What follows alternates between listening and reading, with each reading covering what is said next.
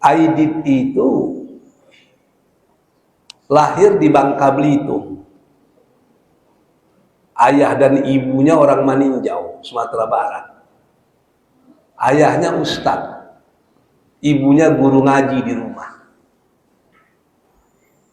Menurut cerita, masa kecilnya itu sangat taat.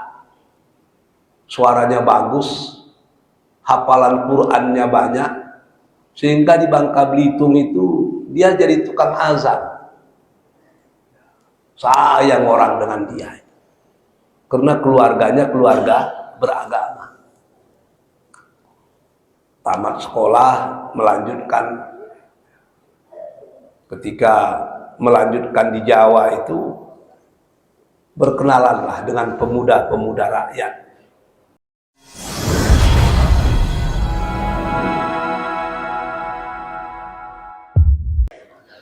Assalamualaikum warahmatullahi wabarakatuh.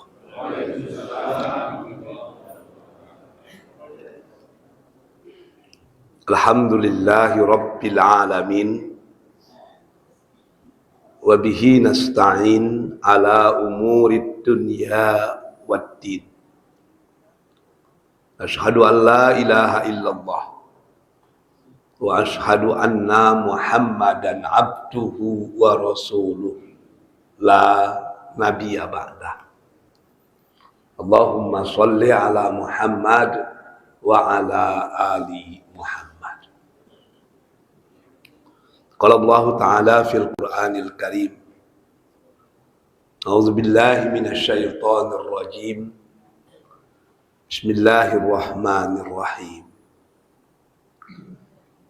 Innaka la tahdi man ahbabta walakinallah yahdi man yasha wa huwa a'lamu bil muhtadin. Sesungguhnya engkau ya Muhammad tidak akan dapat memberi petunjuk, memberi hidayah kepada orang yang kau kasihi, tapi Allah memberi hidayah kepada orang yang dikehendakinya, dan Allah lebih mengetahui orang-orang yang mau menerima petunjuk. Bapak, ibu-ibu, hadirin dan hadirat yang dicintai Allah, kembali kita bersyukur kepada Allah. Subuh ini Allah masih memberi kita nikmat hidup. Semoga kehidupan kita hari ini lebih baik dari hari yang lalu. Kehidupan kita hari esok akan lebih baik dari hari kini. Selawat beriring salam kita pohonkan kepada Allah agar senantiasa dicurahkan kepada Rasulullah Muhammad sallallahu alaihi wasallam. Sama-sama kita berikrar agar tetap menjadi umat dan pengikutnya yang senantiasa setia menghidupkan sunnahnya dalam hidup dan kehidupan kita, insya Allah. Bapak-bapak dan ibu-ibu yang dicintai Allah, di dunia ini kalau kita memiliki orang yang setia, itu kita bersyukur. Itu bapak-bapak punya istri setia, kita bersyukur. Itu ibu-ibu punya suami setia, kita bersyukur. Tapi yang paling berat itu kalau kita punya penyakit yang setia. Kita pikir dia udah lupa dengan kita. Rupanya luar biasa setianya. Saya udah bertahun-tahun tidak kambuh asam urat saya. Entah salah makan apa, pagi ini kambuh dia. Awak pikir udah lupa dia. Rupanya dia asam urat ini sakitnya itu lain. Bagi bapak-bapak yang biasanya yang paling sering kena asam urat ini laki-laki, itu tidak bisa menggari awak di buahnya. Jadi setia berumah tangga bagus, tetapi setia berasam urat ini yang tidak bagus. Bapak dan ibu-ibu yang dicintai Allah, ada satu rahmat Allah yang mesti kita syukuri, karena tidak mudah mendapatkan dia. Nikmat itu adalah hidayah. Saking pentingnya nikmat hidayah itu, itulah yang kita minta setiap sholat, yang kita mohon di setiap rakaat sholat kita.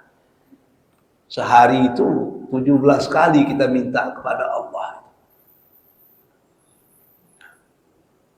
Bukan hanya 17 kali, itu 17 kali 5 itu kita minta kepada Allah, yang ada dalam surah Al-Fatihah. Ihdinas siratal mustaqim. Itu hidayah itu. Ya Allah, berikan aku hidayah. Apa itu? Jalan yang lurus. Jadi ada 17 rakaat sehari. Lalu ada 5 kali diulang-ulang itu. 17 kali 5 itu berapa itu? Siapa bendahara masjid di sini? Itulah banyaknya kita. Itu kalau kita sholat wajib saja. Tambah sholat sunat, wah itu luar biasa. Diulang-ulang terus. Karena payah mendapatkannya. Kalau sudah dapat, hargailah. Hidayah itu artinya petunjuk. Ulama-ulama tafsir menyatakan lawannya itu ad-dhalalah, kesesatan. Orang yang mendapat petunjuk, dia tidak akan sesat. Orang yang sesat perlu petunjuk. Kalau tidak, dia akan hanyut dalam kesesatan, sehingga tidak akan pernah kembali ke jalan yang sesungguhnya. Mendapatkan hidayah itu kadang-kadang susah. Ada tokoh komunis di Indonesia, namanya DN Aidit. Sebetulnya ada yang menyatakan namanya Abdullah Aidit, ada yang katakan Muhammad Ahmad Aidit, macam-macam. Kita tahulah orang yang mati tahun 65 itu. Aidit itu lahir di Bangka Belitung. Ayah dan ibunya orang Maninjau, Sumatera Barat. Ayahnya ustadz, ibunya guru ngaji di rumah. Menurut cerita, masa kecilnya itu sangat taat. Suaranya bagus, hafalan Qur'annya banyak, sehingga di Bangka Belitung itu dia jadi tukang azan. Sayang orang dengan dia, karena keluarganya keluarga beragama. Tamat sekolah, melanjutkan. Ketika melanjutkan di Jawa itu, berkenalanlah dengan pemuda-pemuda rakyat yang cara berpikirnya mengarah kepada komunisme. Masuk komunis, jadi tokoh besar. Bahkan dialah di balik pemberontakan G30 SPKI. Akhirnya ditangkap. Yang paling lucu, sebelum dijatuhi hukuman itu, diberi waktu setengah jam. Silakanlah mau buat apa saja. Dia bukan bertaubat, tapi justru berpidato mempropagandakan kebaikan komunisme dan ateisme. Akhirnya dia ditembak mati. Orang yang kecil dibesarkan dalam nuansa agama. ayah seorang guru agama, ibu guru agama, besar di rumah yang menjaga keutuhan agama, mati jadi komunis. Apa yang tidak ada sama dia itu? Hidayah itu yang tidak ada. Kurang hebat apa Hamka? Hamka itu ayahnya Syekh Abdul Karim Amrullah.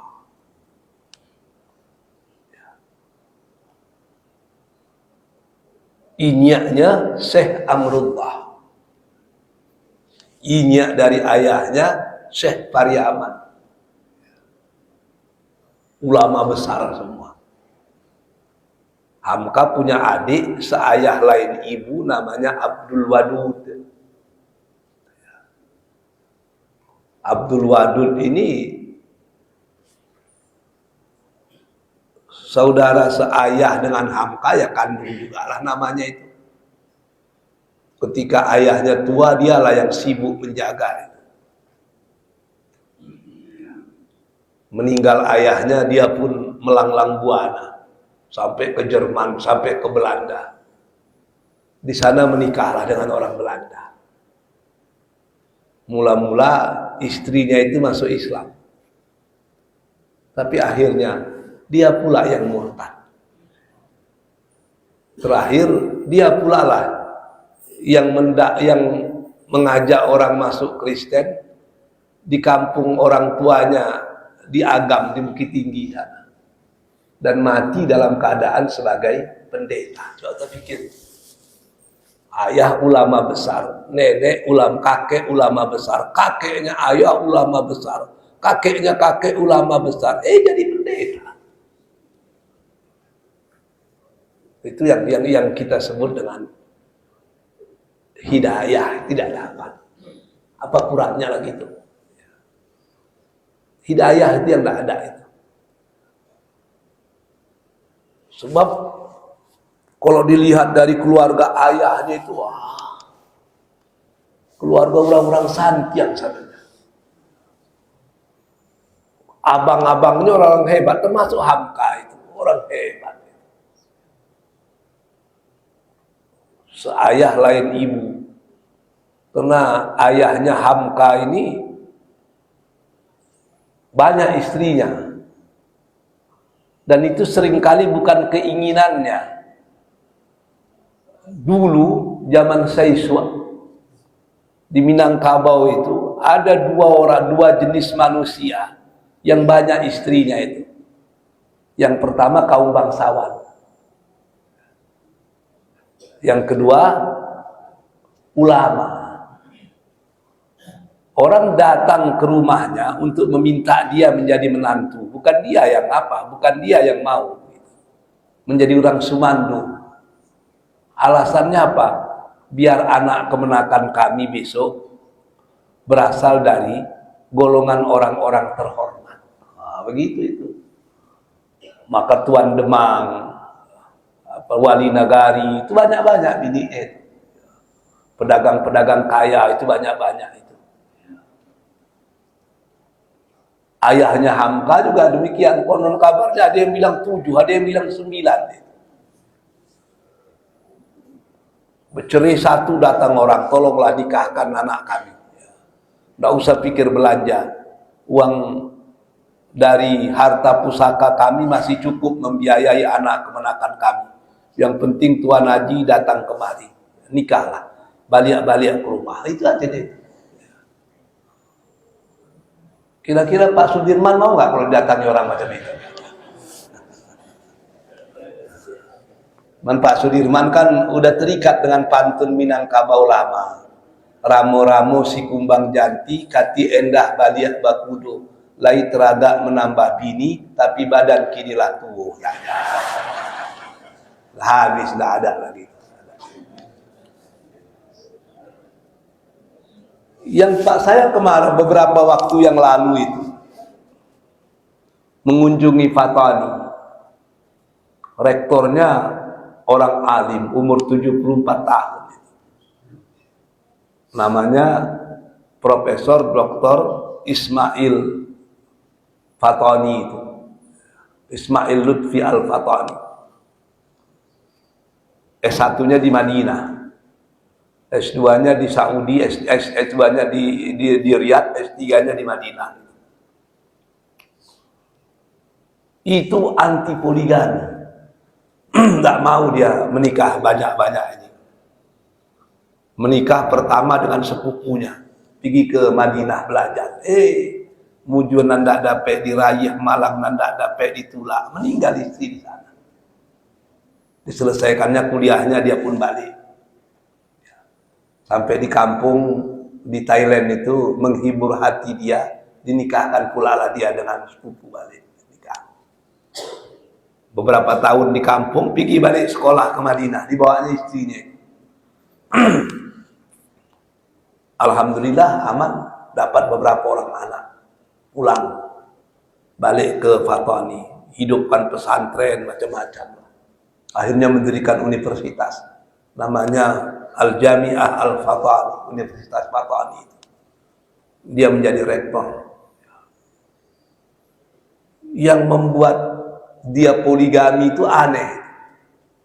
Ketika itu umurnya udah 60. Datang seorang dosen perempuan muda, sekitar umur 30 lagi, menjumpai dia. Syekh, saya ini jadi murid Syekh semenjak di pondok pesantren lagi. Udah itu Syekh yang mengkuliahkan saya ke Madinah. Balik, Syekh yang mengkuliahkan saya ke Mesir. Balik, saya suruh saya ngajar di sini. Saya ambil S2, ambil S3 di sini. Tapi ilmu saya kurang. Ada satu yang mau saya tanya Syekh, apa itu? Hukum nazar. Apa hukum nazar? Kalau kita bernazar kepada Allah, apa hukum membayarnya? Wajib. Apa hukum membantu orang membayarkan nazarnya?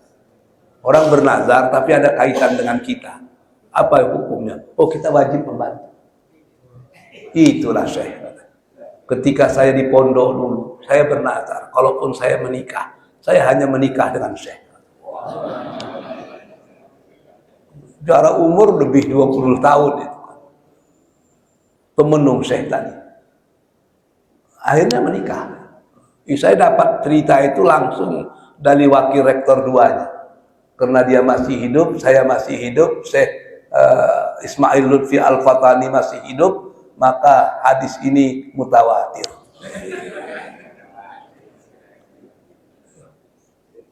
Itu katanya, luar biasa. Orang yang minta. Yang sedih itu, saya udah 3 tahun jadi rektor, nggak ada pula dosen muda yang bernazar macam itu. Itu yang susah kita kadang-kadang. Jadi hidayah itu memang susah. Ada orang yang besar dalam keluarga agama, matinya murtad. Ada orang yang hidup dalam keluarga amburadul, matinya bagus. Siapa contohnya? Di barat ada seorang ahli filsafat barat, namanya Roger Giroudi. Itu orang Prancis, keturunan Yahudi. Nggak puas dia jadi Yahudi, jadi ateis dia, nggak percaya Tuhan. Dia profesor. Yang lebih ngeri lagi, dia jadi presiden komunis se-Prancis. Kurang hebat apa itu? Benci sekali dengan Islam. Akhirnya, saking bencinya dengan Islam, dicobanya juga membaca-baca buku tentang Islam, termasuk Al-Quran. Begitu dibacanya, terkejut dia. Lintu hatinya. Dia pun masuk Islam. Sampai mati, dialah salah satu pembela Islam yang luar biasa di Prancis. Orang Yahudi jadi komunis, akhirnya masuk Islam. Baru kita tahu Ini yang dikatakan Rasul Shallallahu Alaihi Wasallam dalam salah satu hadis sahihnya. Ada orang yang melakukan perbuatan penduduk surga baik, tapi di penghujung kehidupannya dia justru melakukan perbuatan penduduk neraka. Pada khalannar, orang seperti ini akhirnya masuk neraka. Tapi ada pula orang yang melakukan perbuatan ahli neraka di penghujung hidupnya. Dia melakukan perbuatan ahli surga, maka dia pun masuk surga. Hadis itu sahih. Jadi kehidupan kita ini ditentukan di akhir. Maka ada ulama berdoa itu, Allahumma ja'al khaira umri akhirah. Ya Allah, jadikanlah sebaik-baik umurku di penghujungnya. Wa khaira amali hawatimahu. Sebaik-baik amalku di penutupnya. Wa khaira ayyami yauma alqaka fi.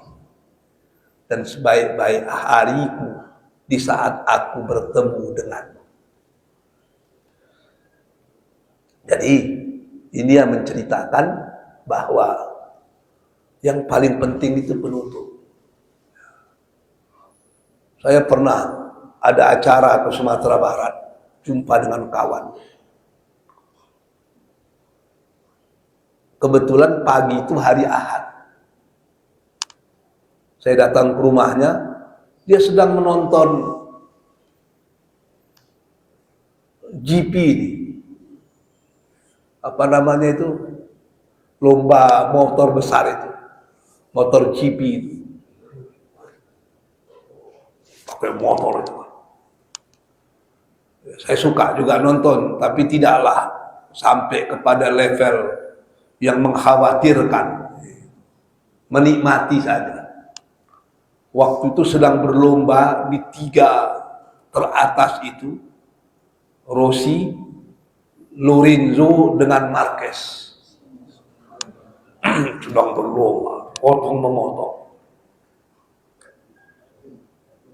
Ternyata menangnya Marquez itu di selekoh yang terakhir. Selekoh tahu ya? Belok tekongan. Yang bersama dipotong Messi, potong tap di selekoh terakhir itu dia lepas. Langsung. Padahal dari mulai awal saling potong-memotong. Sampailah titik penghabisan di selekoh yang terakhir itu. Dia bisa memotong 2 lawannya dan dia menjadi he is the winner. Dia menang. Orang bersorak, tapi saya tertegun itu. Ternyata yang menentukan pemenang itu bukan siapa yang dulu start, tapi siapa yang dulu finish. Dan kemenangan sering terjadi di selekoh yang terakhir. Baik atau tidak baiknya kita, gagal atau tidak baik gagalnya kita, itu ditentukan di keloan terakhir dalam kehidupan kita. Maka hati-hati di keloan yang terakhir itu. Apalagi kalau umur sudah mulai tua, jaga keloan yang terakhir itu. Jangan sampai kita gagal di keloan yang terakhir. Kita pergi naik kelok 9, kelok 1 aman, 2 aman, 3 aman. Di kelok yang 9 itu masuk kita ke jurang, habis. Tidak ada gunanya yang 1 sampai 8 itu. Itu yang paling penting. Bermohon kepada Allah, ihdinas siratal mustaqim, tunjuki jalan yang lurus ya Allah. Itulah yang kita ulang-ulang 17 kali 5 itu. Tambah dengan sholat sunat, luar biasa banyaknya. Bapak-bapak dan ibu-ibu yang dicintai Allah, Untuk mendapatkan hidayah itu, Allah memberikan kita alat. Allah memberikan kita alat. Tergantung kepada kita mau digunakan dah alat itu. Yang pertama, Allah berikan yang disebut dengan firasat, insting. Insting kita itu sebetulnya cenderung kepada kebaikan, tapi sering kita abaikan.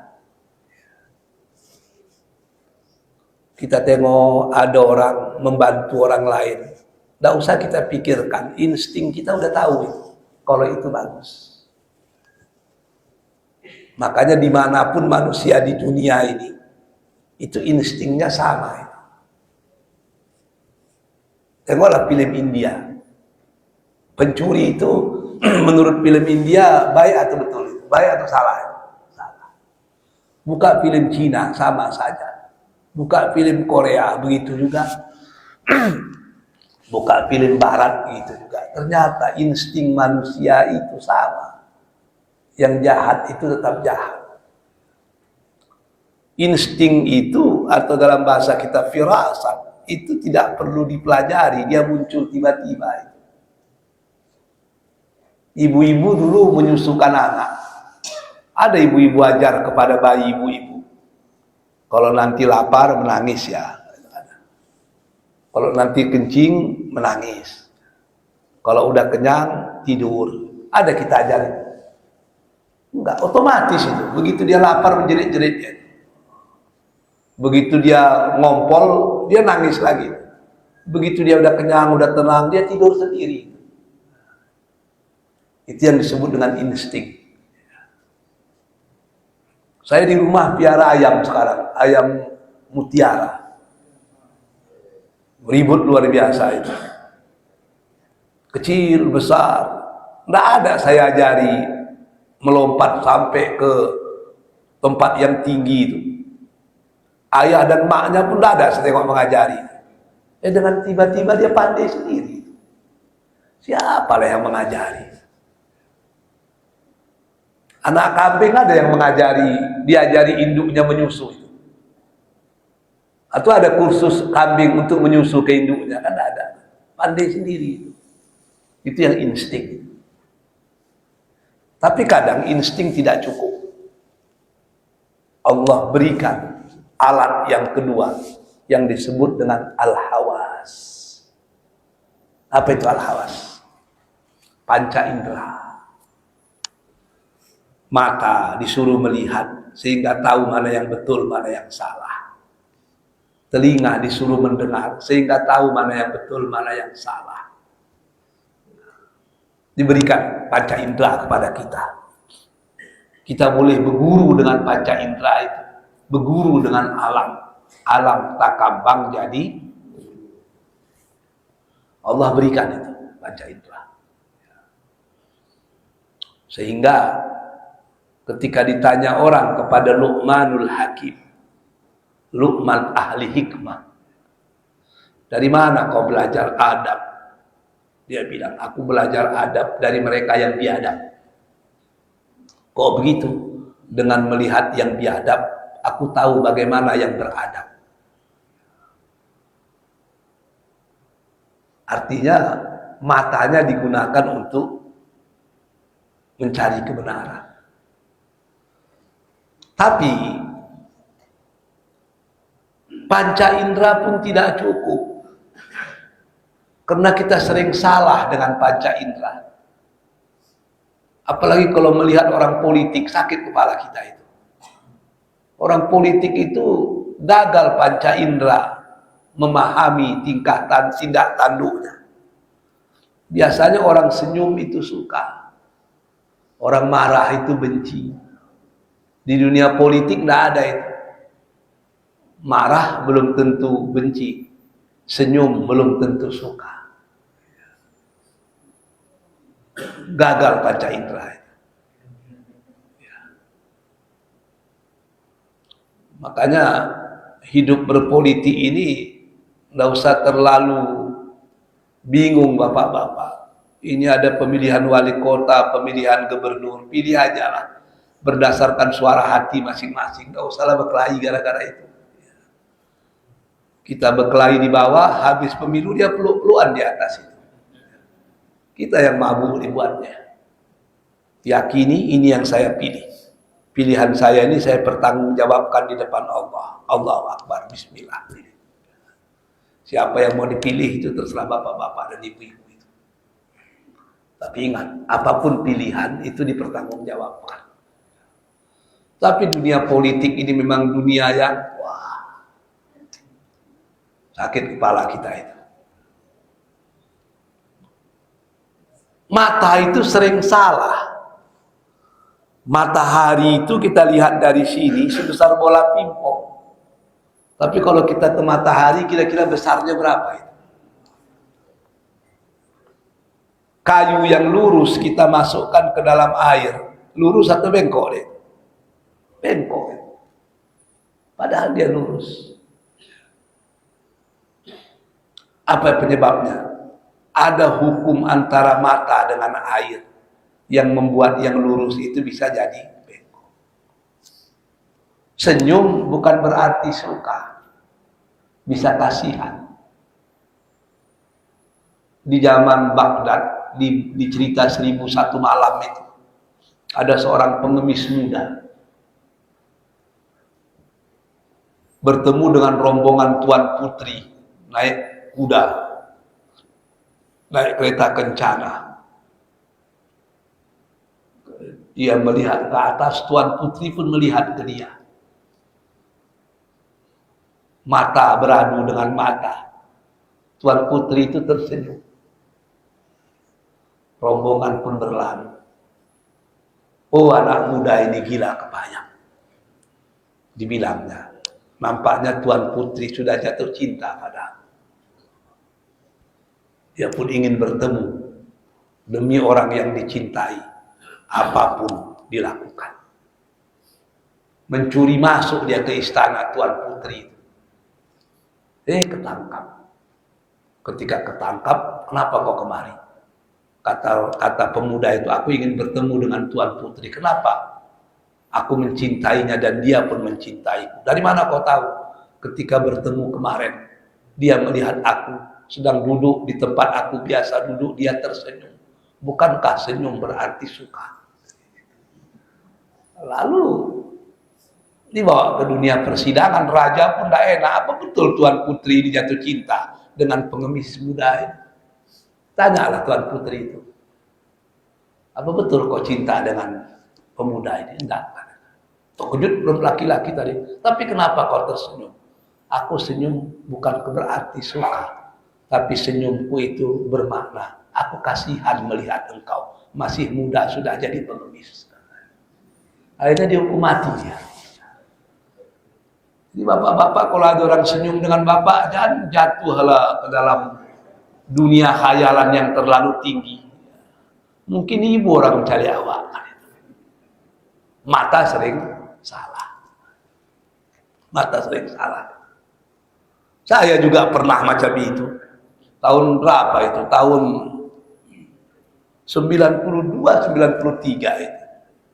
Saya masih kuliah di Padang. Jadi ketua senat mahasiswa Fakultas Usuluddin. Ada acara di Bogor. Mau pulang. Ingat saya itu, pulang itu naik mobil transport. Entah masih ada, entah tidak ambil transport sekarang. Masih ya. Orang Piaman punya lupa alung terus ngapul lebas.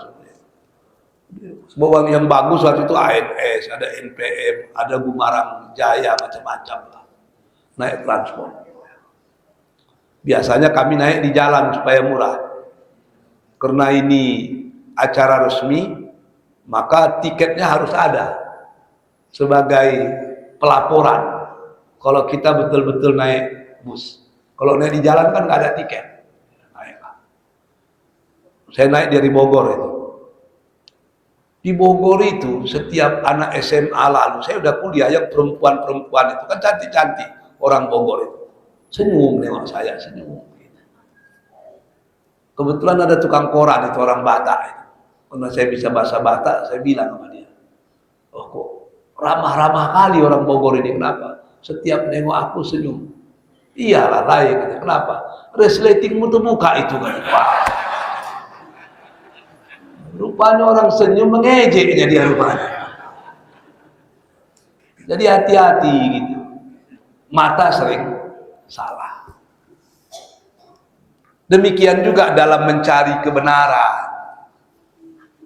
Panca indera itu sering salah. Maka Allah turunkan alat yang ketiga yang disebut dengan akal. Akal lah yang mencerna itu. Kenapa Allah mesti satu? Karena dari satu itulah semua yang lain ada. Apa buktinya? Angka itu 9. Angka 9 dari 8 tambah 1. Angka 10 itu udah tambahan. Angka 8 dari mana? Dari 7 tambah 1. 6 tambah 2. Angka 5, 4 tambah 1, 2 tambah 3. Angka 2 dari mana? 1 tambah 1. Angka 1 dari mana? Oh, bingung orang. Pakar matematika pun bingung itu dari mana angka 1. Setengah bukan angka formal. Ternyata angka 1 itu angka pertama. Dialah yang melahirkan semua angka, tapi dia tidak dilahirkan oleh angka manapun. Oleh sebab itu Tuhan mesti satu. Dia mengadakan, tapi dia tidak diadakan. Yang lebih dari satu pasti diadakan. Kalau sudah diadakan, maka dia bukan Tuhan. Tuhan itu cuma satu. Wah, itu logika. Jadi akal bisa begitu.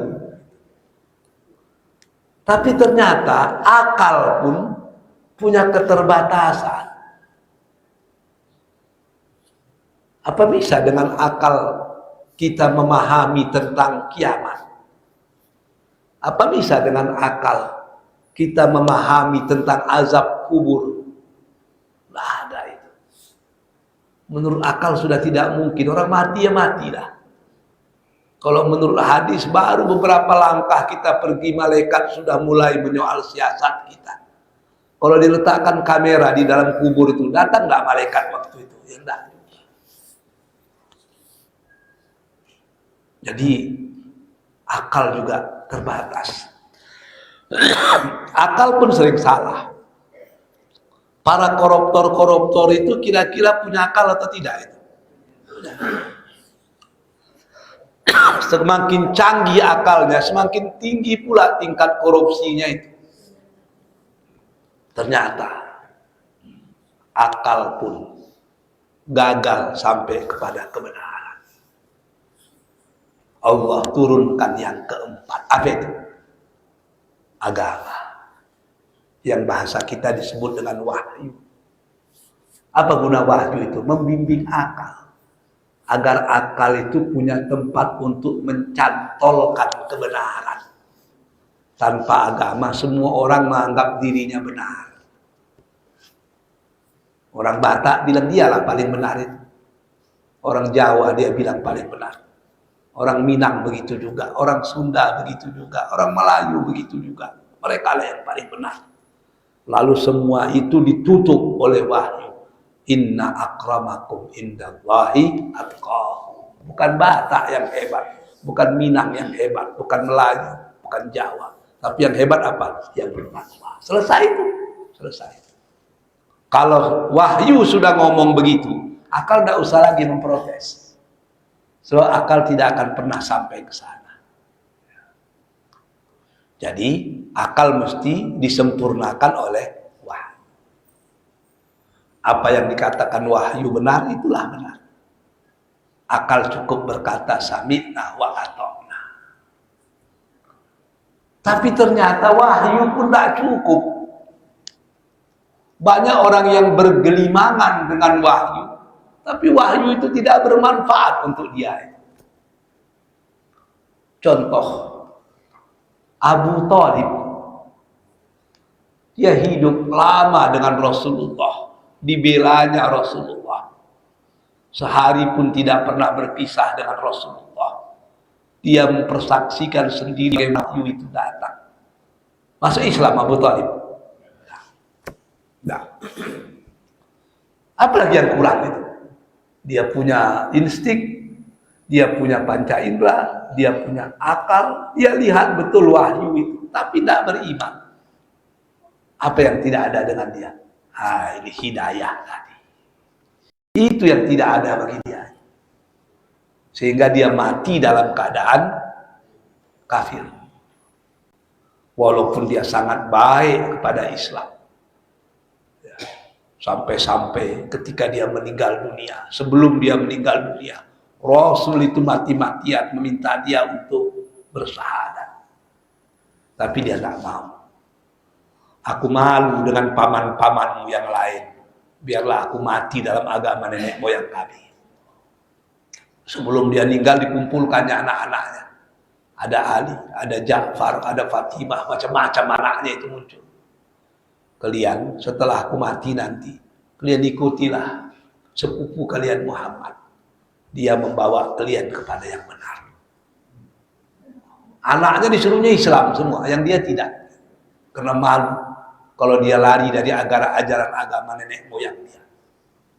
Jadi yang tidak ada dengan dia itu apa? Hidayah. Itulah yang kita pohon kepada Allah. Agar kita mendapat hidayah itu. Kalau orang sedekat Abu Thalib dengan Rasulullah saja tidak mendapatkan hidayah, bagaimana pula orang yang jauh dengan Rasulullah seperti kita itu. Jadi hidayah itu adalah kekayaan yang luar biasa. Ihdinas siratal mustaqim. Minta ke Allah agar Allah memberikan hidayahnya kepada kita. Saya rasa itu yang bisa saya sampaikan. Seperti biasa kita perluas dalam sesi tanya jawab. Kalau ada di antara ibu-ibu dan bapak-bapak yang ingin bertanya, tapi tolong jangan tanya masalah pilkada. Silakan.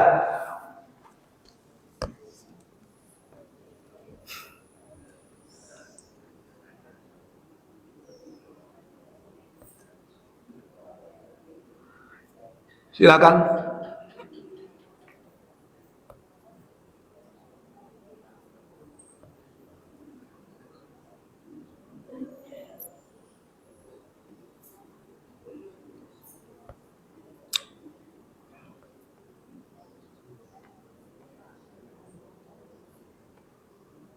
Ibu-ibu,